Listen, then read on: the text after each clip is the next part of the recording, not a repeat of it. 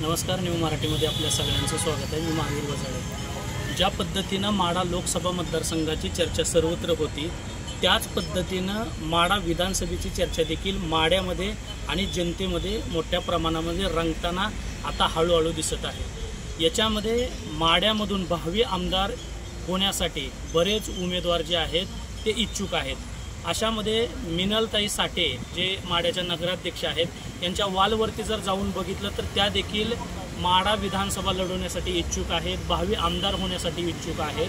परंतु या ठिकाणी विद्यमान आमदार जे आहेत बबनरावजी शिंदे यांचं विरोधक म्हणून मिनलताई साठे यांना स्वतःला अगोदर सिद्ध करावं लागेल. लोक जनता यांना का मतं देतील हा एक मोठा प्रश्न या ठिकाणी निर्माण झालेला आहे. का ते माढ्याच्या केवळ नगराध्यक्ष आहेत म्हणून त्यांना जनतेनं मतं दिली पाहिजेत, बबनदादा यांचे ते विरोधक आहेत म्हणून त्यांना मतं दिलं पाहिजेत, हा अनेक असे प्रश्न आहेत.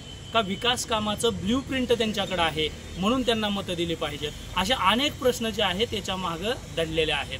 परंतु मिनलताई साठे यांना प्रथमतः विद्यमान आमदार बबनरावजी शिंदे यांचं प्रबळ विरोधक म्हणून स्वतःला सिद्ध करावं लागेल, तेव्हा जनता त्यांना माढा विधानसभेसाठी या ठिकाणी ॲक्सेप्ट करेल.